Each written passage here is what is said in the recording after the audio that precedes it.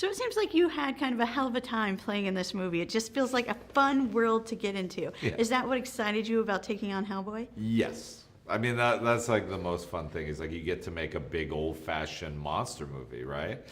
Like the movies that I watched, and you know, big, huge superhero horror. It's got kind of everything to it. And it was a lot of fun. It was also a lot of hard work, and I got real beat up too. Like I broke things and all kinds of stuff. But it was, yeah, every day was kind of an adventure. Every day was exciting in its own way.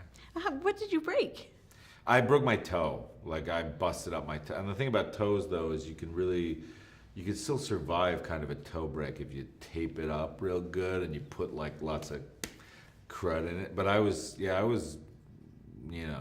for months I was messing around on a broken toe that I hit on a rock, and that was like not a good time. So what was it like to actually don the horns of Hellboy? I mean, that makeup process looked pretty extensive. Yeah, it's very intense. It was like 3 hours in the beginning of the day. So, you know, I mean, the most awful thing was like those Mondays when you'd have to start shooting at 6:30.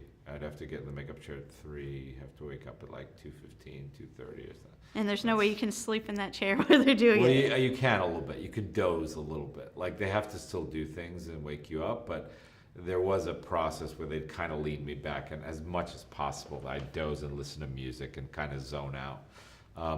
But it was, you know, it was an intense experience. I sort of started to like get really into it as it went on, though.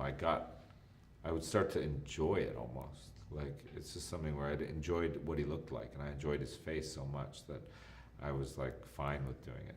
Now, I feel like you get pretty deep with Hellboy in this movie because he's got some daddy issues he might be working through. He does. He does. I mean, he struggles with his own identity, you know, and he struggles being an adopted kid. You know, he was sort of spawned into the world by Nazi occultists and then abandoned and sort of taken in by a guy who hunts monsters. And I think he struggles with the idea of why him and why he is loved when others are hunted. I think that is such a fascinating struggle. And also his issues with the fact that genetically or destiny-wise, he's predisposed to bring about the end of the world. And he himself doesn't want to do that. And so, yeah, I found all those aspects of the character, like the deep psychology of it, like really fascinating. And so I loved playing it. And we're going to talk about the villain of the movie because I feel like she might, out of all the superhero movies, she might be the baddest villain around. She can pretty much stick around for, you know, an eternity. Yeah, exactly. It's hard to kill her. You cut her up, put her in boxes all over the world, and she somehow manages to reassemble.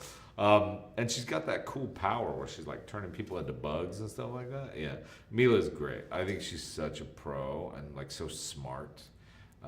And it was such a joy to play that stuff with her. And the sort of the intimacy between Hellboy and her was very interesting to me too, that she wanted him to be her king and she wants to, I mean, that was so weird to have the villain and the protagonist kind of come together at moments. I thought that was so unique and wonderful. I 100% agree. I got to say, you guys